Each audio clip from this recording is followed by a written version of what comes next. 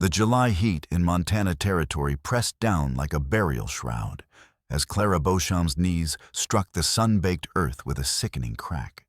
Pain shot through her bones, but it was nothing compared to the agony tearing through her chest as she watched the heavy oak door of her childhood home slam shut with the finality of a judge's gavel. The brass nameplate reading Governor Harrison Beauchamp caught the harsh sunlight mocking her with its gleaming authority. Her once elegant blue cotton dress, now torn from the rough handling, clung to her sweat-soaked skin, and she tasted the metallic bite of blood from her bitten lip. Her single leather suitcase tumbled beside her, its brass corners scraping against the packed dirt as it spilled open. The contents of her former life scattered like discarded memories, a few simple cotton dresses, her mother's pearl-handled brush, a small vial of lavender perfume that reminded her of happier days, and hidden beneath a false bottom, and the damning photographs and documents that had cost her everything. Clara's trembling fingers gathered the papers quickly, her father's neat handwriting on forged land deeds blurring through her tears. She could feel the sharp edges of the wax cylinder recordings pressing against the portfolio, a tangible weight of the secrets she carried. "Don't even think about crawling back, girl." Jake Morrison's gruff voice cut through the afternoon stillness. The hired gunman stood on the wraparound porch, his weathered face shadowed by the brim of his black hat. The Winchester rifle in his calloused hands wasn't just for show.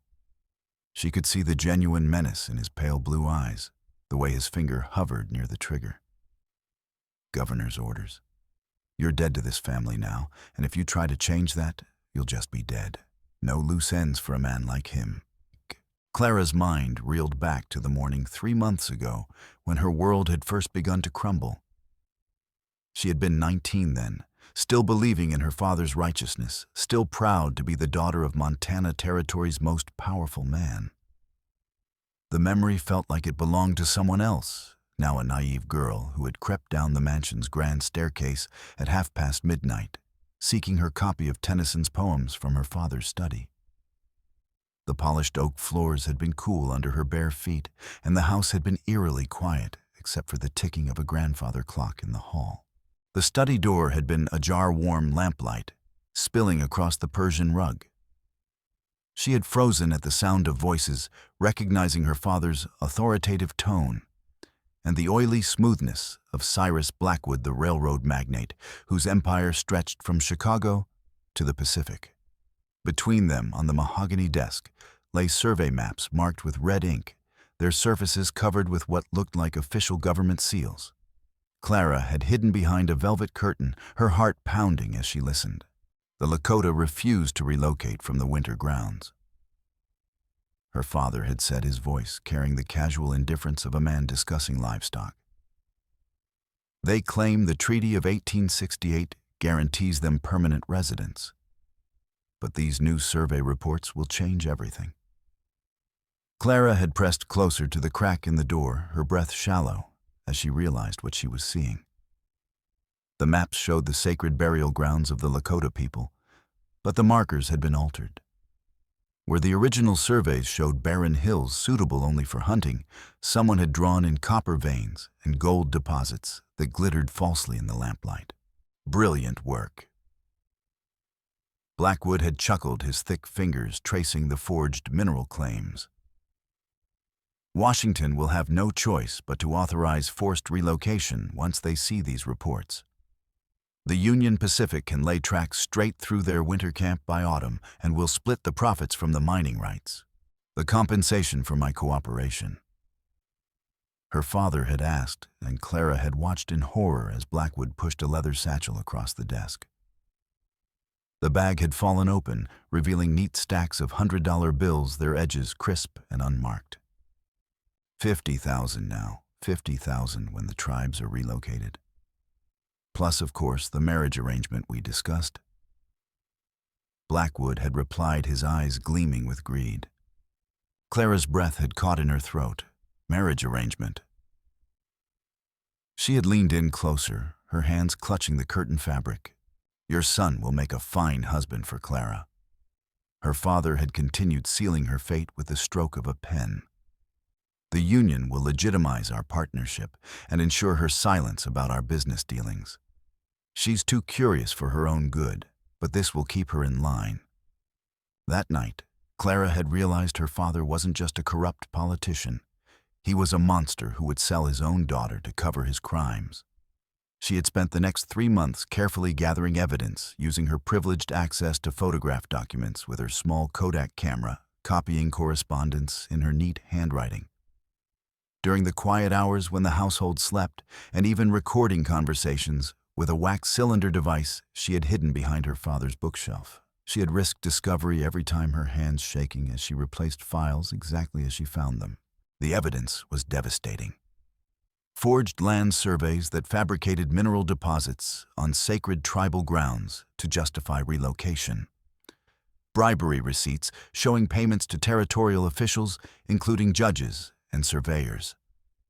Letters detailing plans to massacre native families who refused to relocate with specific dates and methods. And most damning of all, a photograph showing her father and Blackwood shaking hands over a table covered with blood money, their smiles captured in grainy black and white. When her father had formally announced her engagement to Blackwood's son at a lavish dinner party, Clara had refused outright, her voice steady, despite the fear knotting her stomach. When he had insisted in private, grabbing her arm hard enough to bruise, she had threatened to expose his crimes. And when he had laughed at her threats, dismissing her as a foolish girl, she had shown him one of the photographs, watching his face drain of color. The beating that followed had left her with cracked ribs and a black eye that took 2 weeks to heal, hidden under layers of powder for social appearances.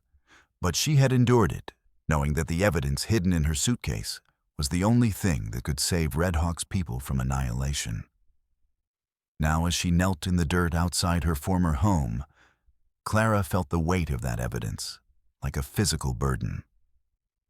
The documents represented more than just proof of corruption, and they were the death warrant for hundreds of innocent people, if they remained hidden, or the key to justice, if she could get them to the right hands.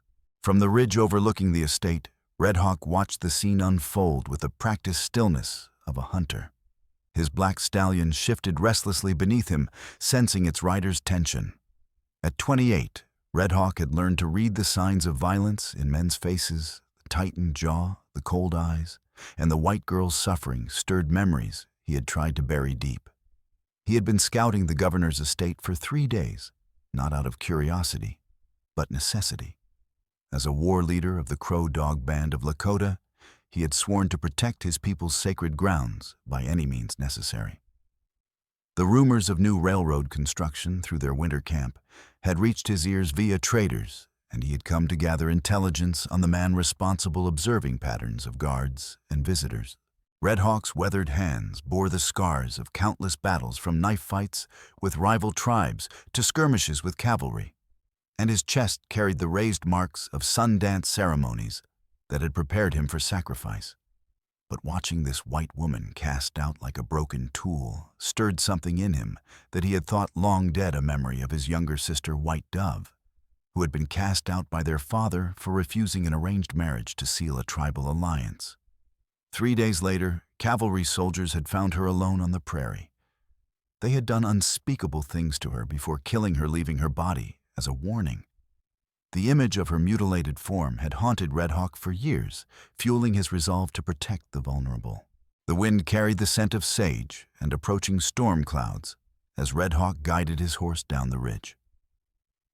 He approached from the blind side of the mansion's east wing, his moccasins silent against the stirrups. The girl sat in the dust, her face buried in her hands, sobbing with the kind of grief that came from watching everything you loved turn to poison. Her shoulders heaved with each breath, and he could see the fresh bruises blooming on her pale skin. "Water," he said simply, dismounting and extending his decorated canteen, etched with symbols of his people's spirits. Clara looked up, startled by the quiet voice.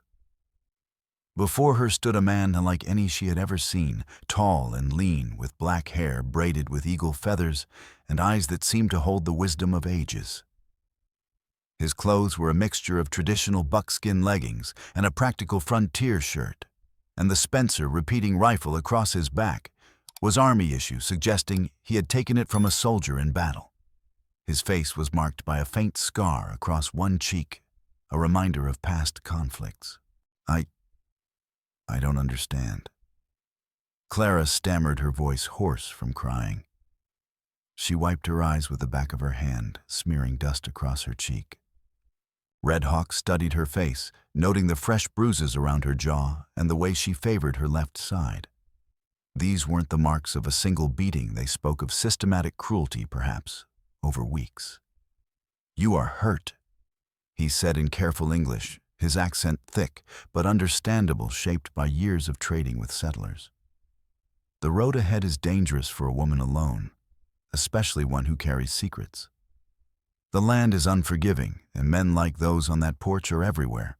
Clara's eyes widened. How could the stranger know about the documents in her suitcase?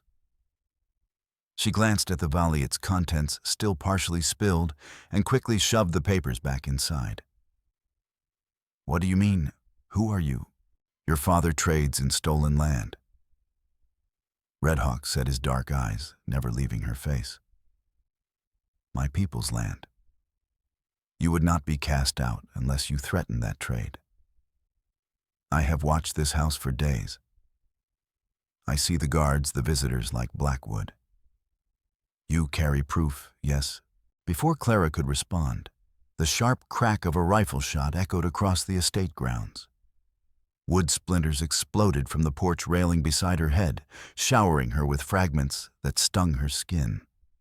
She heard Morrison's voice boom across the yard, laced with fury. "There she is, governor's orders. Make sure she don't come back. Ever shoot to kill if she runs." Red Hawk's reaction was instantaneous. He grabbed Clara's arm and pulled her behind a massive oak tree just as 3 more shots rang out.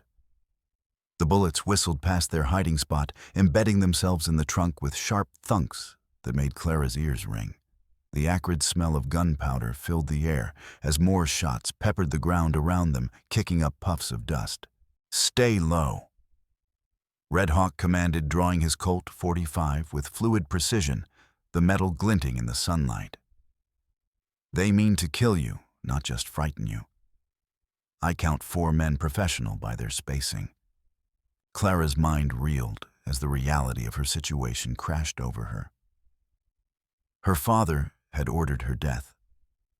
The man who had bounced her on his knee during stormy nights, who had taught her to read using his precious first-edition books by candlelight, who had once called her his little princess. While tucking her into bed, that same man had hired killers to murder her. The betrayal burned hotter than the sun overhead. Red Hawk peered around the tree trunk, counting muzzle flashes. 4 men spread across the porch in a practiced line formation. These weren't ranch hands or ordinary hired guns. They moved with the precision of professional killers, perhaps ex-Confederate soldiers turned mercenaries.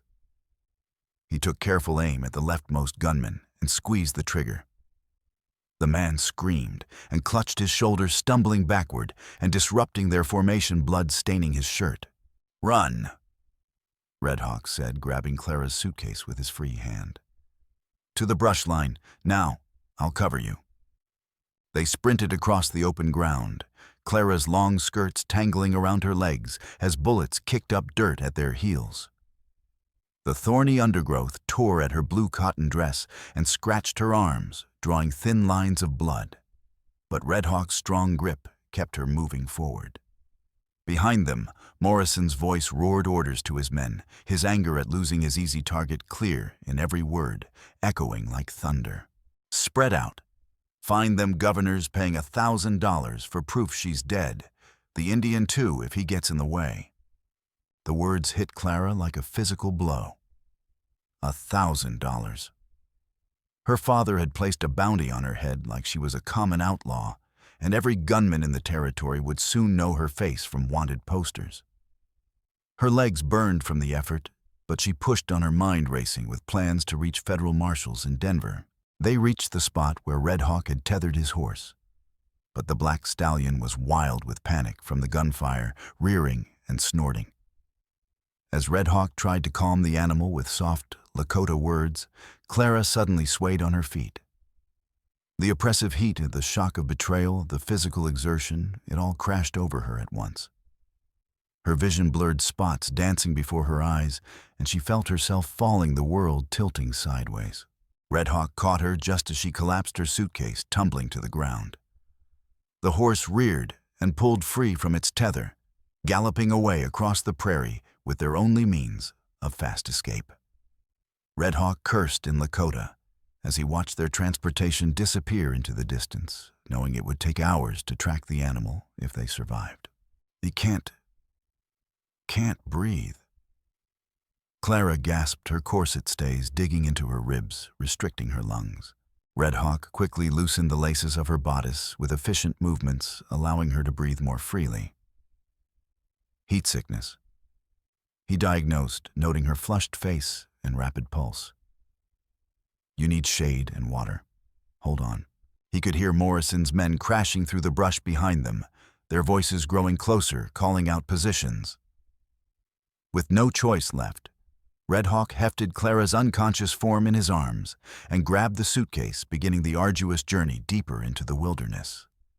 Every step was a calculated risk, speed versus stealth, distance versus endurance. His muscles straining under the load. But his warrior training kept him steady. The abandoned way station squatted in a depression between two hills like a forgotten grave marker. Its roof had partially collapsed from years of neglect, sagging under the weight of old snows, and bullet holes from some long-forgotten gunfight riddled its weathered walls. Red Hawk kicked open the sagging door and laid Clara on the cleanest patch of floor he could find, a corner free of rat droppings, then barricaded the entrance with a fallen beam, wedging it tight. Night fell quickly in the high country, bringing with it a blessed coolness that helped revive Clara.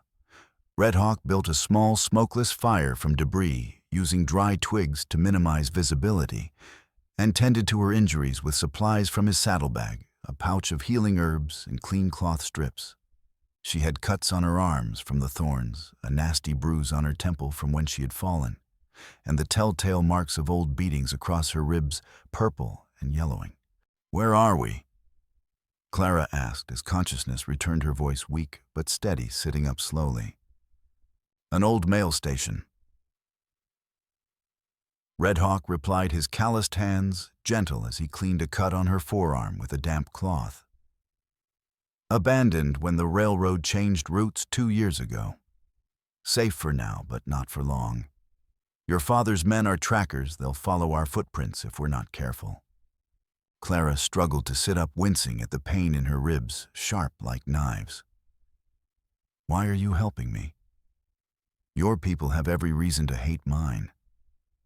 My father has taken so much from you." Red Hawk was quiet for a long moment, staring into the flickering flames, the light dancing on his face.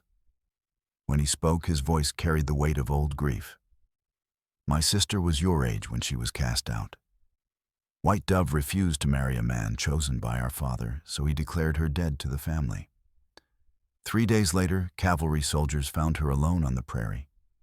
They did things to her before they killed her. Things that no woman should endure. I found her body myself, the cuts, the bruises. It changed me." Clara felt tears welling up in her eyes, hot and unbidden. "I'm sorry. I'm so sorry. I can't imagine that pain." "You are not your father," Red Hawk said simply. "And you carry something that could save my people. That makes you worth protecting. But tell me, why did you gather this evidence? What made you turn against your own blood?" Clara hesitated, then nodded. "It started with that conversation I overheard. I couldn't ignore it. Over the weeks, I saw more Native families arriving at our door begging for their land back, only to be turned away or arrested. I realized my comfort was built on their suffering. I had to do something. Had to do." Clara reached for her suitcase, checking to make sure its contents were intact. The documents were still there, along with her mother's locket, a silver piece with a faded photograph inside, and the few personal items she had managed to save, like a small journal of her thoughts. But as she touched the leather portfolio containing the evidence, she realized the full weight of what she carried.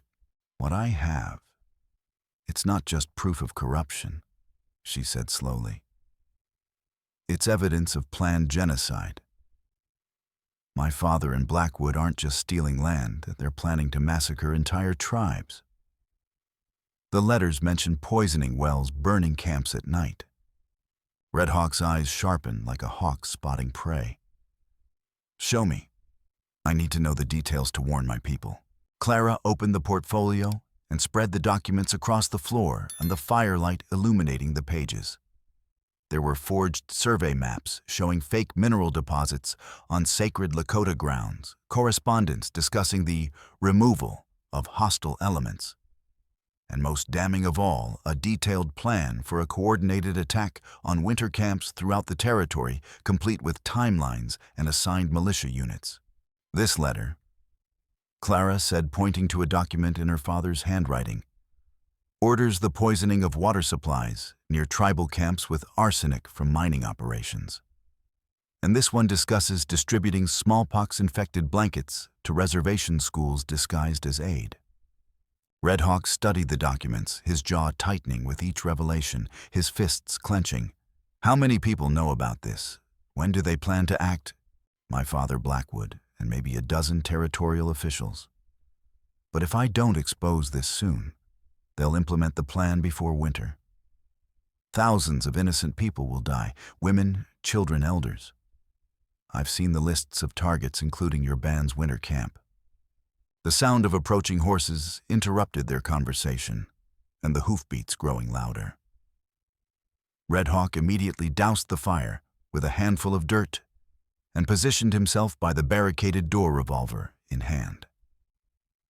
Through the gaps in the walls, Clara could see the flickering light of torches approaching, casting long shadows. "They're in there." Morrison's voice carried through the thin walls. "Saw the smoke earlier. No other place they could have gone. Surround the building, don't let them slip out." "Remember?" came another voice, one that made Clara's blood run cold. "Governor wants the girl dead and the suitcase recovered. Anyone who helps her dies too. Bounty goes to the man who brings her head." The door exploded inward as 3 men burst through, led by Morrison himself, kicking the beam aside with boots. Red Hawk met the first man with a devastating uppercut that sent him sprawling across the floor, his jaw cracking audibly. The second man swung a rifle butt at Red Hawk's head, but the warrior ducked and drove his elbow into the attacker's solar plexus, doubling him over with a whoosh of air. Morrison leveled his Colt at Clara. "Enough games, come with me now, or I'll put a bullet in your red-skinned friend's back," the governor said to make it look like an accident. "But I'm past caring." Clara grabbed the iron fireplace poker from beside the cold hearth. The metal was heavy in her hands, cold and rusty, but desperation gave her strength. "Go to hell, Jake. You've terrorized enough people for him." She swung the poker with all her might, catching Morrison in the forearm. The impact sent vibrations up her arms, but Morrison's howl of pain was worth the discomfort.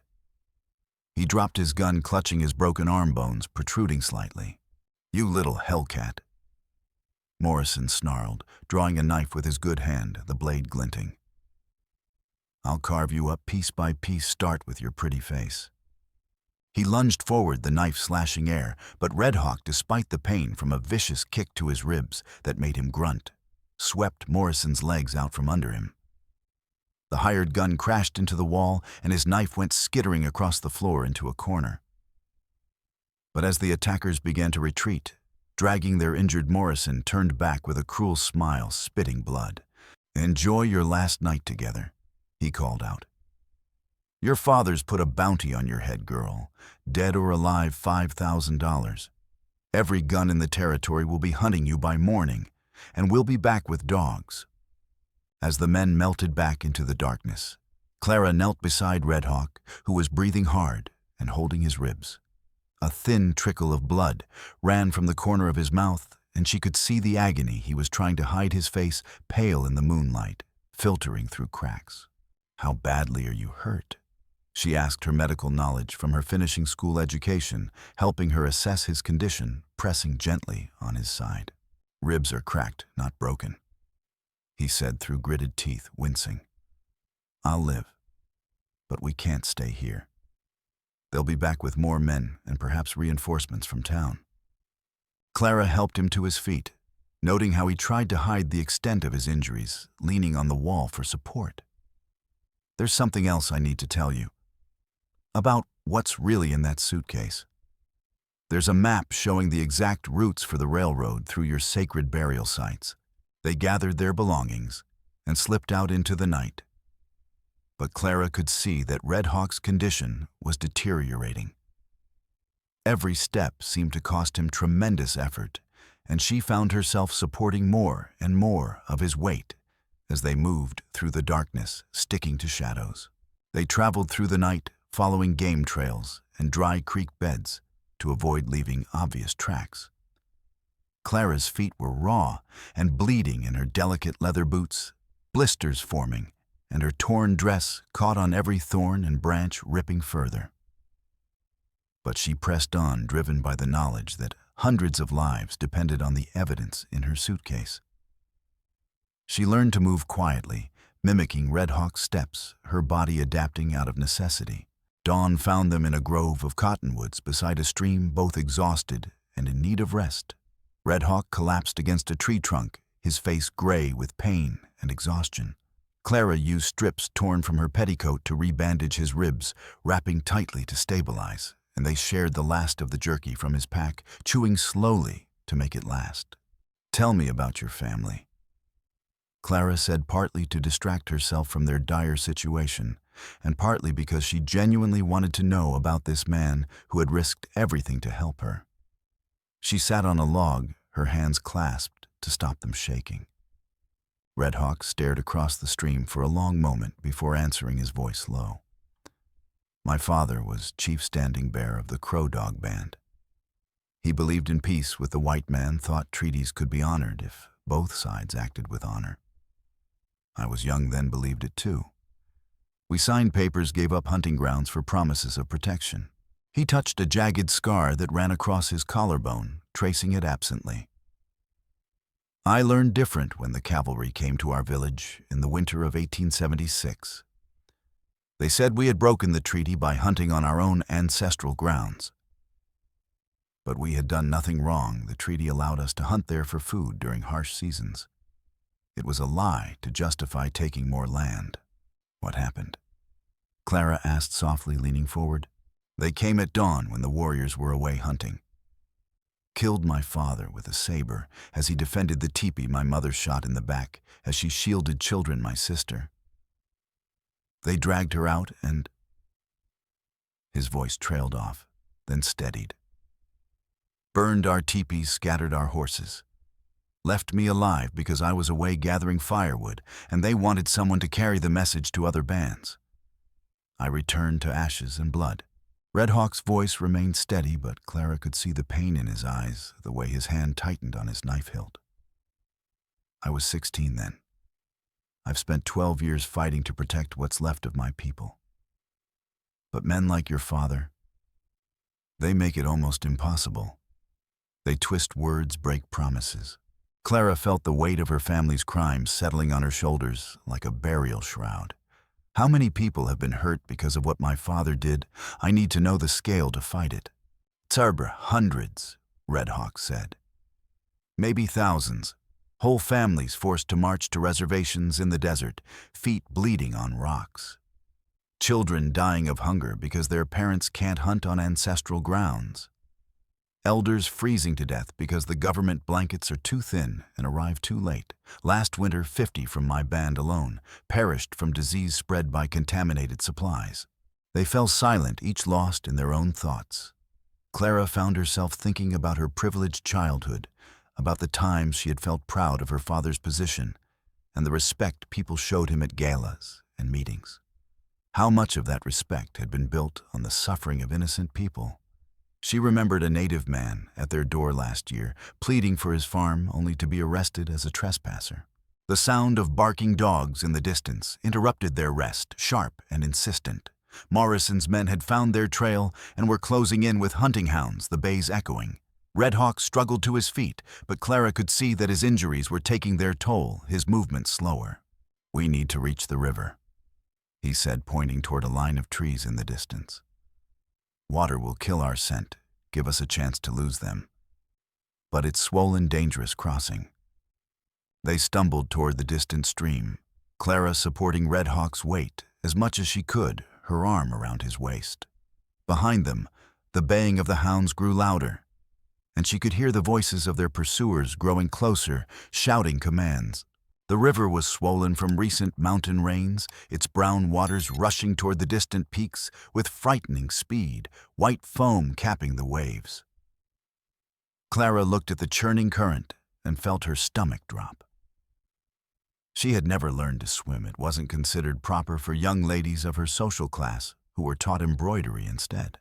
"I can't," she said, her voice shaking. "I don't know how to swim. The current looks too strong, we'll be swept away." "I'll help you," Red Hawk said, though his pale complexion and labored breathing made Clara doubt his ability to save himself, let alone her. "Tie the suitcase to your back. Hold my belt." They waded into the frigid water, the current immediately trying to sweep them downstream, numbing their legs. Red Hawk held Clara with one arm while clutching her suitcase with the other, but his injured ribs made it difficult to maintain, his grip pain shooting through him. Halfway across, the current caught them, and they were swept away from the ford, tumbling in the rapids. Clara felt herself going under the weight of her waterlogged dress, dragging her down like an anchor. Panic seized her as muddy water filled her mouth and nose, choking her. She flailed desperately, trying to reach the surface, but the current was too strong. Just as her lungs began to burn, Red Hawk's strong hand grabbed her arm and pulled her up, his face strained. "Hey, hold on to me," he shouted over the roar of the water. "Don't let go, kick your legs." Clara wrapped her arms around his neck as he fought to keep them both afloat. The suitcase was weighing him down, making it almost impossible to swim, but he refused to let go of the evidence that could save his people. Twice more, Clara went under, gasping for air, each time Red Hawk pulled her back, his strength waning. They were swept downstream for what felt like miles before Red Hawk managed to grab an overhanging branch, his fingers slipping on the wet bark. Hand over hand, he pulled them toward the bank, Clara clinging to his back, kicking to help. When they finally collapsed on the muddy shore, both were exhausted and shivering, coughing up water. "The suitcase," Clara gasped, looking around frantically, her teeth chattering. Red Hawk held up the leather case, water streaming from its sides. "Still here, but we need to check if the document survived. Open it carefully." Clara opened the case with trembling fingers. The photographs were water-damaged, but still legible.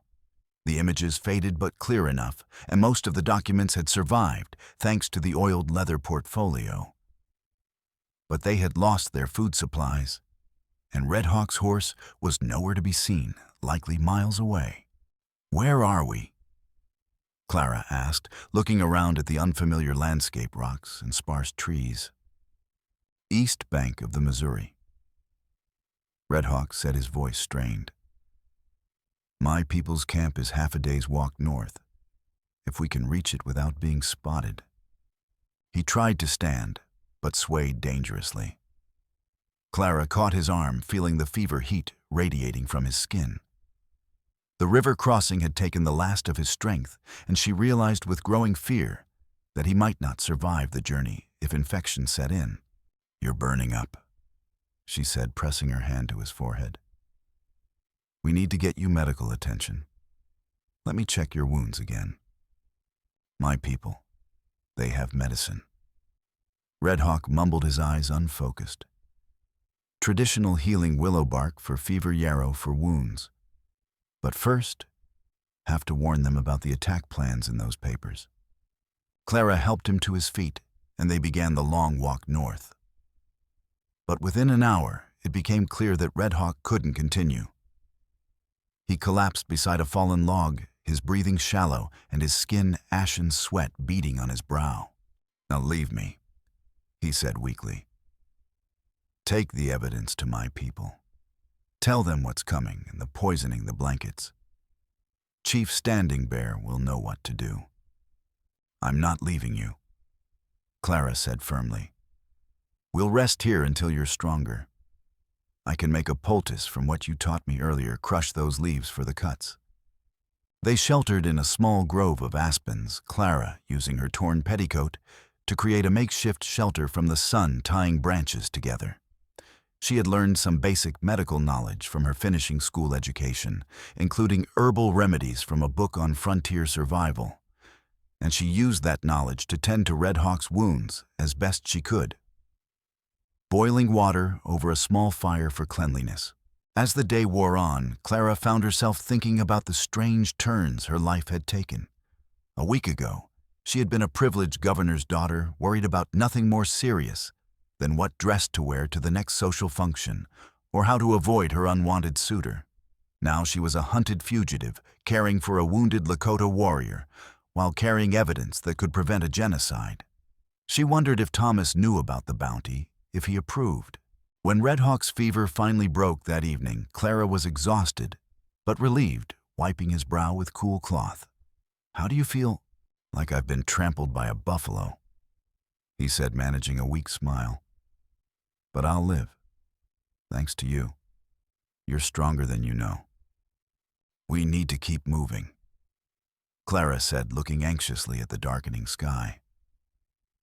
Morrison's men can't be far behind. I heard dogs earlier. They might cross the river on a bridge. They gathered their belongings and continued north, moving slowly through the gathering darkness. Clara had torn her dress into a more practical length above her ankles, and her soft hands were becoming calloused from the rough travel. She was changing, becoming someone who could survive in this harsh land, one step at a time. The attack came at dawn, just as they were beginning to think they had lost their pursuers. Morrison's men had circled ahead during the night, using local knowledge of trails, and now they emerged from the rocks and brush around a small clearing, where Clara and Red Hawk had stopped to rest, briefly drinking from a spring. End of the line. Morrison shouted, his broken arm in a crude sling, but his gun hand steady, aiming directly. Governor's getting impatient. Wants his problem solved permanent-like. No more running. Red Hawk drew his Colt despite his injuries, but Clara could see they were outnumbered and outgunned. 4 men with rifles surrounded them with no cover and no way to escape the clearing open on all sides. Then a familiar voice cut through the morning air, and Clara's heart shattered. Hello, Clara. Thomas Beauchamp stepped out from behind a boulder, his tall frame casting a long shadow across the clearing. At 25, he was 5 years older than Clara, clean-shaven, and handsome in the way that made mothers push their daughters forward at social gatherings. He wore a deputy's badge pinned to his vest and carried himself with the authority of someone who had never questioned his place in the world. But his eyes showed fatigue from riding all night. Thomas, Clara whispered, unable to believe her eyes, her voice breaking. Her brother's face was a mask of conflicted emotions, duty warring with love, loyalty to their father battling against his conscience. He had bags under his eyes, and his uniform was dusty. I'm sorry, Clara.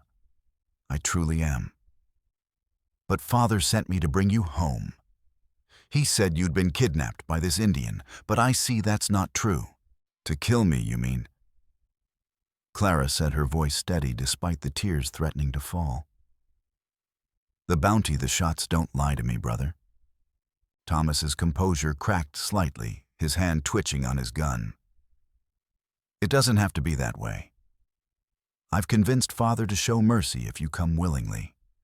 You can live quietly somewhere far from here, maybe back east, with our aunt in Boston. But if you keep running with that savage, if you keep threatening the family with whatever's in that suitcase, threatening the family. Clara's voice rose with righteous anger. Thomas, he's stealing from innocent people. He's planning to murder entire tribes. I have proof letters, maps. You taught me to ride when I was 5, protected me from bullies at school. How can you be part of this? He's building our future. Thomas shot back his own voice, rising, echoing in the clearing. The railroad brings civilization, brings prosperity to the territory. A few Indians get moved to reservations. That's the price of progress. Father explained it all. It's for the greater good. Red Hawk stepped forward, his gun trained on Thomas, despite his injuries. Progress built on the bones of children is not progress. It's evil. Your father breaks treaties, poisons water. How is that civilization? Thomas laughed bitterly. Listen to yourself, Clara. You're taking the word of a savage over your own blood. Father gave you everything: wealth, position, education. And you're throwing it all away for what? Some misguided sense of justice. Come home and we can forget this. For the truth, Clara said simply. Something Father never taught us. Remember when we were kids and you said family sticks together no matter what? This is me sticking to what's right. Thomas's face hardened, and Clara saw something die in his eyes, a flicker of regret. I'm sorry, Clara. I truly am. But you've forced our hand. Hand over the suitcase. He raised his gun, and Clara saw her death in his eyes. But before he could pull the trigger, Morrison stepped forward, smirking. Enough talk, the hired gun said. Governor's orders were clear. Dead or alive, but preferably dead. Less complications that way. And boy, he mentioned tying up all loose ends, including you, if you get soft. Thomas hesitated, and Clara saw doubt flicker across his face. Father said to bring her back alive if possible. What do you mean, including me?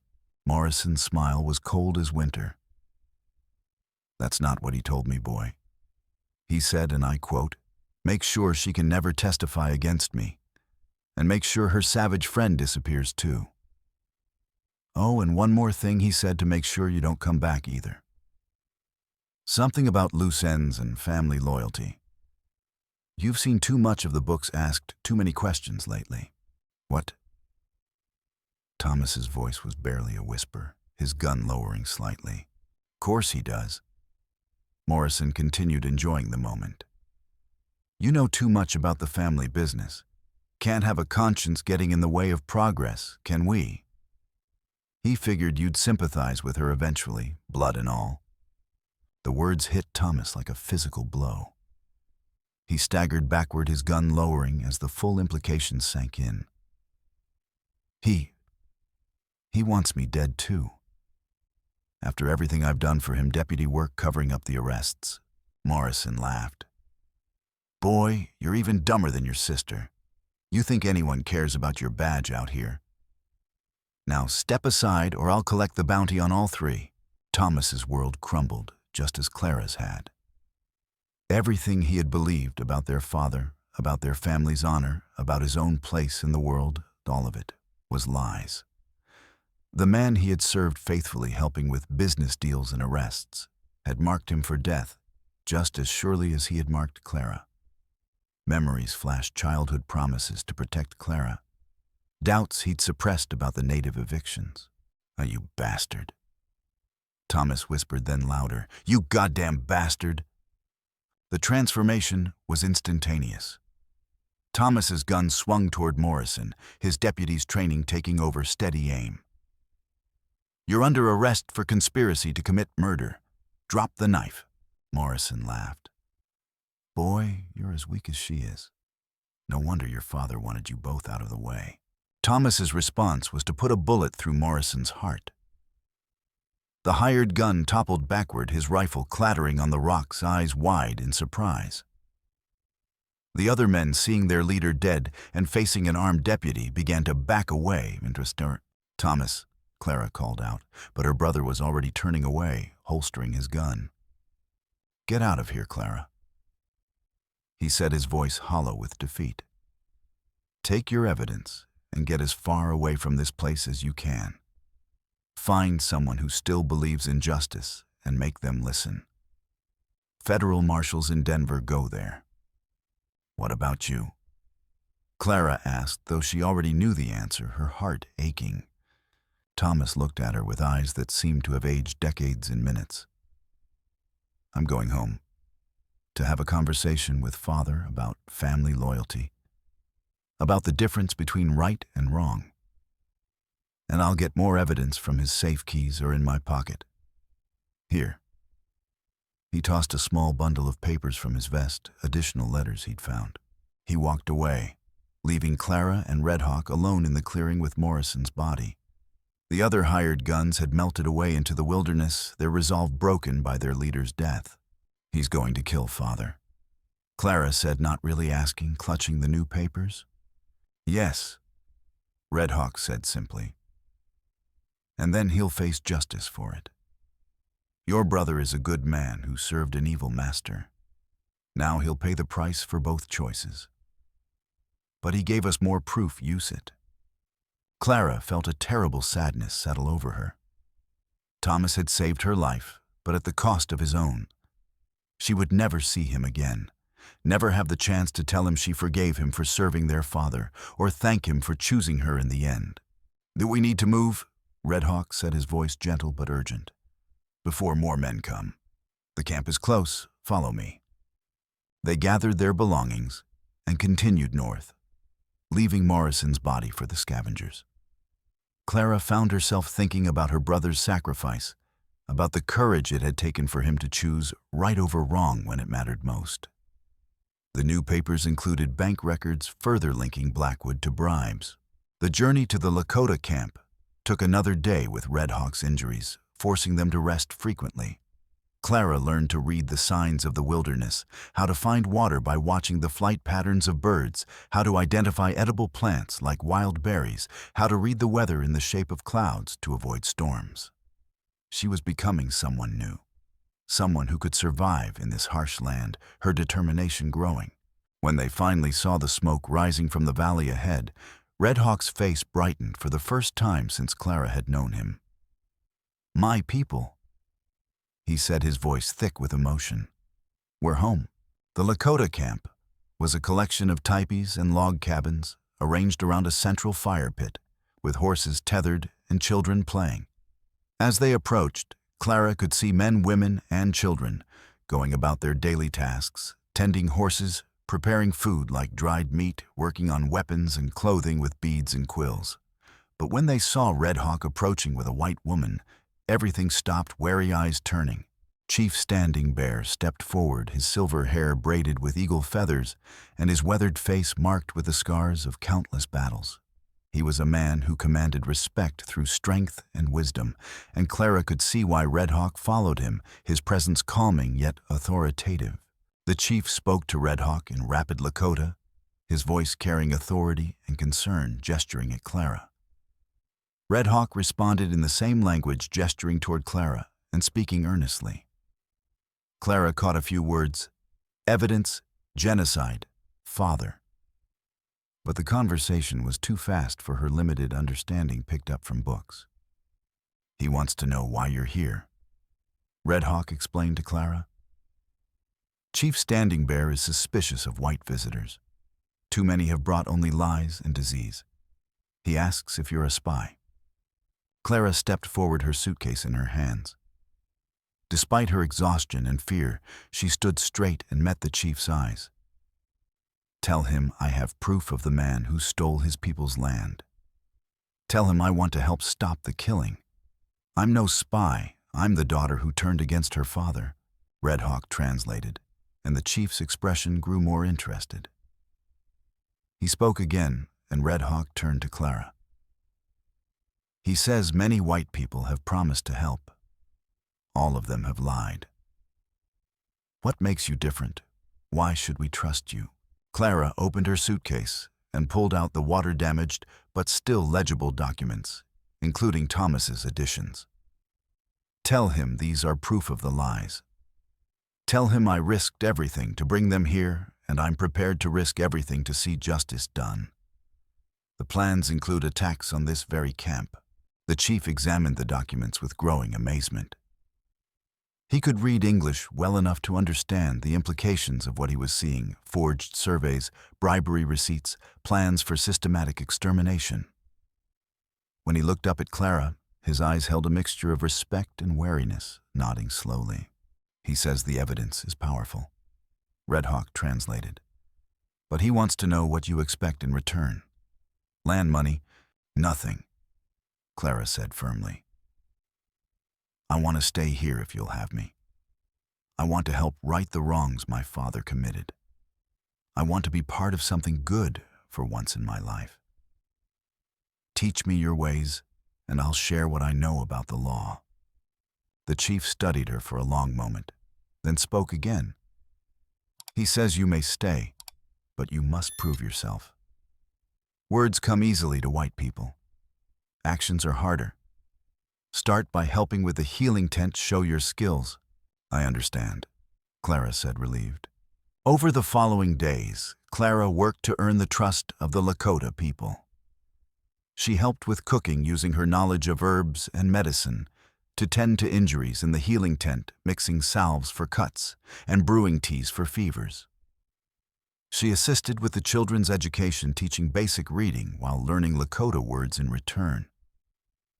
She also worked with Red Hawk to organize the evidence from her suitcase, creating a comprehensive record of her father's crimes, copying damaged pages by hand.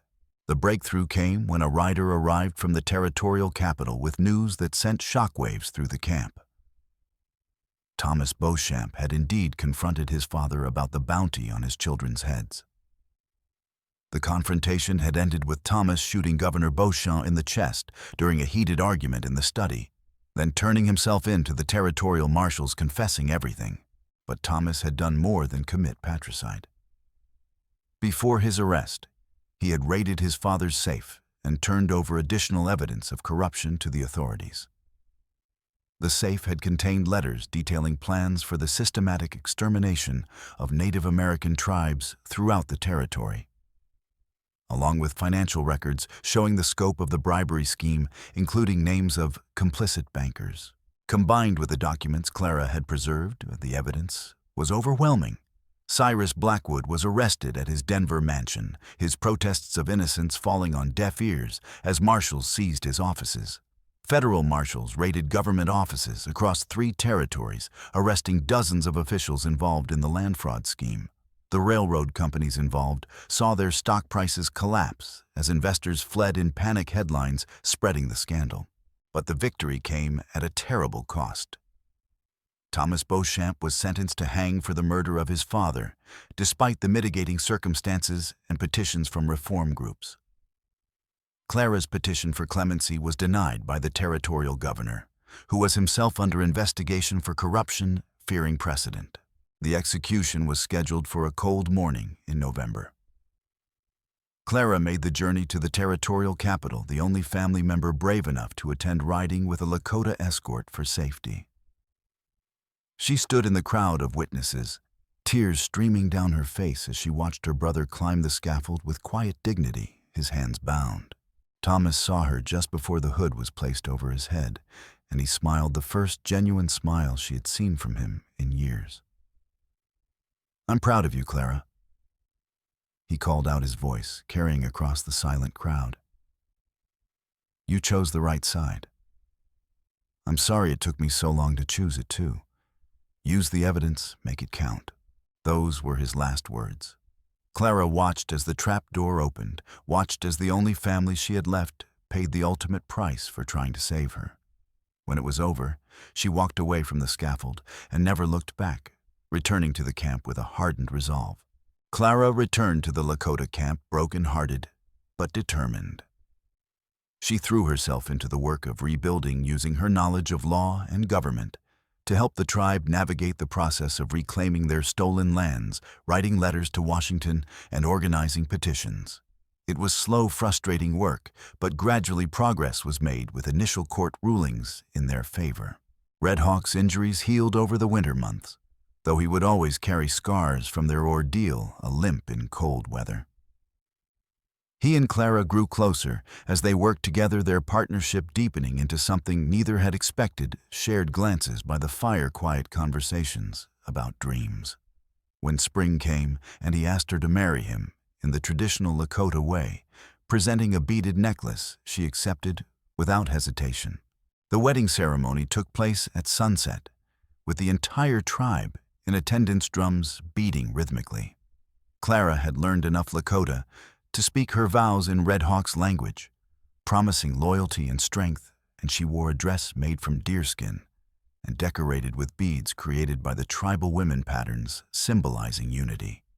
Chief Standing Bear himself performed the ceremony, pronouncing them husband and wife according to the laws of the Lakota people, with blessings from elders. "You are no longer Clara Beauchamp," the chief said in English so she would understand fully. "You are Clara Red Hawk, daughter of the Lakota people. Your past is forgiven, your future is ours. You have proven yourself through actions." As they stood together under the vast Montana sky, Clara felt a peace she had never known before. She had lost everything: her family, her home, her entire world. But she had found something too, a purpose, a people and a love that was built on truth rather than lies. They spent their wedding night in a new teepee, talking of the future. The work of justice continued over the following years. The government, under pressure from a new reform-minded administration influenced by the scandal, began offering reparations to the tribes that had been cheated out of their lands. The evidence Clara had preserved proved instrumental in documenting the extent of the fraud, and the Lakota received not only their ancestral lands, but also financial compensation for their losses, allowing rebuilding of homes and herds. But Clara's greatest contribution came from an unexpected source. Despite her father's crimes, she was still legally entitled to a portion of the family estate money that had been frozen during the investigation, but was finally released when the court cases concluded after 2 years. The inheritance was substantial, representing years of her father's corrupt earnings tallied at over $100,000. Clara accepted the money, but not for herself. She used every penny to establish schools, medical clinics, and legal aid services for Native American communities throughout the territory. It was her way of honoring her brother's sacrifice and making amends for her father's crimes. The clinics provided vaccines and treatments preventing outbreaks like those planned. The schools were particularly important to her. She had seen too many Native children forced to abandon their culture and language in government boarding schools, beaten for speaking Lakota. She was determined to create institutions that honored both traditional knowledge and modern education. The Clara Red Hawk schools, as they came to be known, taught students in both English and their native languages, preparing them to navigate both worlds with curricula, including history from Lakota perspectives. 5 years after that dusty day when she had been cast out of her father's house, Clara Red Hawk sat on the porch of the cabin she and her husband had built together using timber from the reclaimed lands. Their 2 young children played in the yard, 4-year-old Sarah and 2-year-old Michael, speaking both English and Lakota with equal fluency, chasing each other with wooden toys. In the distance, she could see the lights of the new school where Native American children learned alongside the few white settlers who had chosen to stay and build a different kind of community, fostering alliances. Red Hawk emerged from the cabin, carrying a letter that had arrived with the day's mail, his limp barely noticeable now. "News from Washington," he said, settling beside her on the wooden bench they had crafted together during their first winter, his hand resting on hers. Clara opened the letter, recognizing the official seal of the Department of the Interior. The contents were brief but momentous. Congress had passed the Indian Citizenship Act, granting full citizenship rights to all Native Americans born in the United States. It was a victory that would have been impossible without the evidence she had preserved and the schools she had established, which had produced advocates. "It's really over," Clara said softly, letting the letter fall into her lap. "The old system is finally dead. No more broken treaties without consequence." Red Hawk took her hand, his thumb tracing the simple silver band he had placed there on their wedding day. "The old system, yes, but the new world we're building that's just beginning. Our children will see it. As the sun set over the Montana prairie, painting the sky in shades of gold and crimson, Clara Redhawk smiled. She had been cast out like a servant, stripped of everything she thought she valued. But in losing her old life, she had found something infinitely more precious, the chance to build something new. Something honest, something worthy of the sacrifice her brother had made, and the love her husband had given her. The evening air carried the scent of sage and new grass, and from the school she could hear the sound of children singing in 2 languages, a lullaby that blended Lakota tradition with American melody. It was the sound of a future where different cultures could coexist, where justice was more than just a word, and where the powerful could no longer destroy the innocent without consequence. Clara's children ran up to the porch, their faces bright with the joy of youth. Sarah, with her mother's blonde hair and her father's dark eyes, carried a wooden doll that one of the tribal grandmothers had carved for her, painted with symbols. Michael, darker than his sister, but with the same bright spirit, clutched a small bow that Redhawk had made for him practicing arrows. "Mama, tell us the story," Sarah said, climbing onto Clara's lap. "About the brave lady who saved everyone." Clara looked at her daughter, then at her husband, then at the thriving community they had built together. "Which story, sweetheart?" "The one about how you and Papa met," Michael said, joining his sister on the porch. "The one where you were scared, but you did the right thing anyway, with the river and the bad men." Clara smiled, remembering a terrified 19-year-old girl who had been cast out into the wilderness with nothing but a suitcase full of evidence and a stranger's kindness. That girl seemed like someone from another lifetime now. But Clara could still feel her presence, the fear, the determination, the desperate hope for justice. She began the tale, weaving in details for her children, ensuring they understood the lessons of courage and truth. Once upon a time, Clara began her voice, carrying the cadence of all the stories she had told over the years. There was a young woman who discovered that everything she believed about her family was a lie. She had to choose between comfortable ignorance and dangerous truth, between loyalty to her blood and loyalty to her conscience. She chose truth, and it led her on a journey across rivers and through dangers. As she spoke, the stars began to appear in the darkening sky, and Clara felt the weight of history settling around them like a comfortable blanket. She had lived through the transformation of the American West, had watched as the old ways of violence and exploitation gave way to something better. It hadn't been easy, and it hadn't been without cost, but it had been worth every sacrifice. Her children listened raptly, learning the values that would guide them, and they all lived happily ever after. Michael asked, though he already knew the answer, yawning. "They lived," Clara said, pulling both children close. "They lived freely and honestly and with purpose. And sometimes that's better than happily ever after. It means building a world where everyone can thrive." Redhawk reached over and took her hand, his weathered fingers intertwining with hers. In the distance, a night bird called across the prairie, and the sound carried with it all the promise of tomorrow. A tomorrow they had built together, one choice at a time, one act of courage at a time. The story of Clara Beauchamp was overburied with her father's crimes and her brother's sacrifice. But the story of Clara Redhawk would continue for generations, written in the lives of the people she had helped save the school she had built, and the children who would grow up in a world where justice was possible and love could transcend the boundaries of race and culture. And in the end, that was enough. It was more than enough. It was everything.